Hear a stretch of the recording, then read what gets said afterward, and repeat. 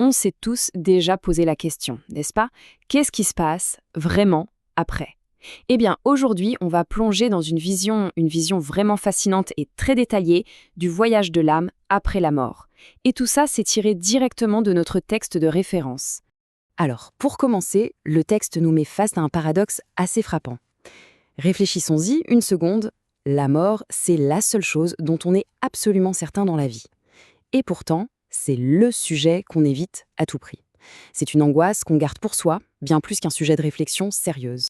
Bon, pour bien comprendre cette perspective, on va suivre un parcours en 6 étapes. On va commencer avec ce paradoxe, puis on suivra le périple d'une âme dans l'au-delà, pour enfin découvrir la clé de toute cette vision.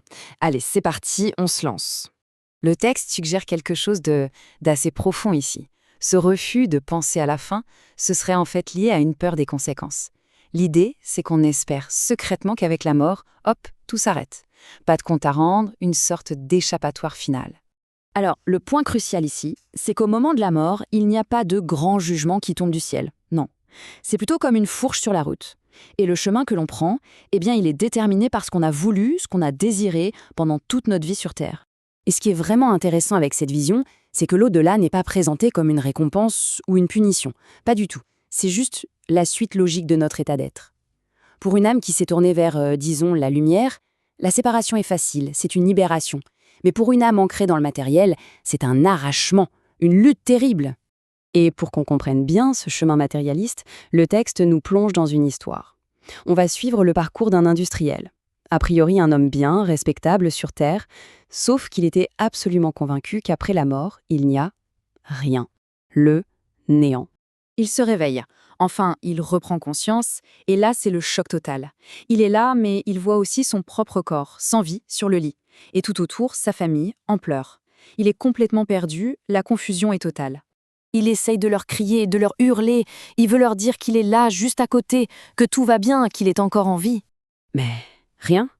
Ses cris ne sont que silence. Il essaie de secouer l'épaule de sa femme, mais sa main passe à travers elle. Elle ne réagit pas.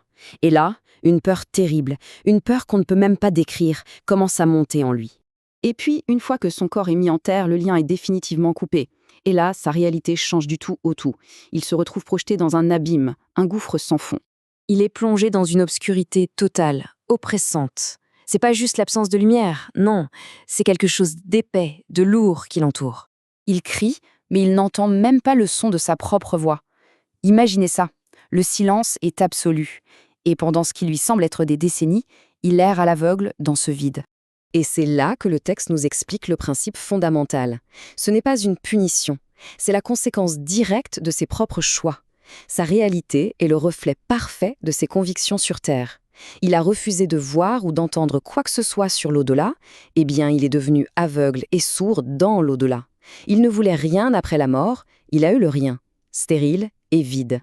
Alors qu'il est perdu dans cette prison qu'il s'est construite lui-même, il finit par toucher le fond. Mais c'est justement ce point de rupture, ce désespoir absolu, qui va devenir un tournant. Du plus profond de sa souffrance, quelque chose de nouveau commence à naître. Un désir, une envie, même toute petite, de s'en sortir. Ce cheminement antérieur, il est crucial. Son désespoir total se transforme en une sorte de prière, un cri du cœur pour que ça s'arrête. De cette prière naît un vrai désir, une soif de autre chose, de lumière. Et c'est ce changement en lui qui, d'un coup, lui permet de voir ce qui était là depuis le début. Et là, pour la première fois, au loin, il voit une lumière, une petite lueur. L'espoir renaît, un espoir immense, et il commence à marcher, à avancer vers elle. Un long, long chemin l'attend. Alors, on quitte cette histoire personnelle pour comprendre la leçon plus large. Le texte s'en sert pour nous révéler le mécanisme de cet au-delà, et surtout, la clé pour éviter un tel sort. Les grands principes sont donc les suivants. Notre propre volonté crée notre réalité dans l'au-delà. L'aide arrive seulement si on la désire du plus profond de soi. La lumière, elle, est toujours là, mais il faut être capable de la voir. Et le chemin pour y arriver, il se trouve dans ce que le texte appelle le message. Et ce qui est fascinant, c'est que le texte ne dit pas qu'il faut comprendre ce message avec sa tête, l'analyser. Non, le travail, c'est plutôt de lui faire de la place, de préparer un espace en nous, dans notre âme, pour qu'il puisse s'installer.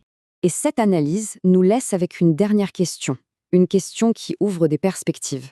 Qu'est-ce qui se passe quand notre monde intérieur cesse d'être une forteresse de scepticisme pour devenir un temple, un lieu préparé, avec intention? Quel potentiel est-ce que ça peut bien libérer non seulement dans l'au-delà, mais déjà, ici et maintenant?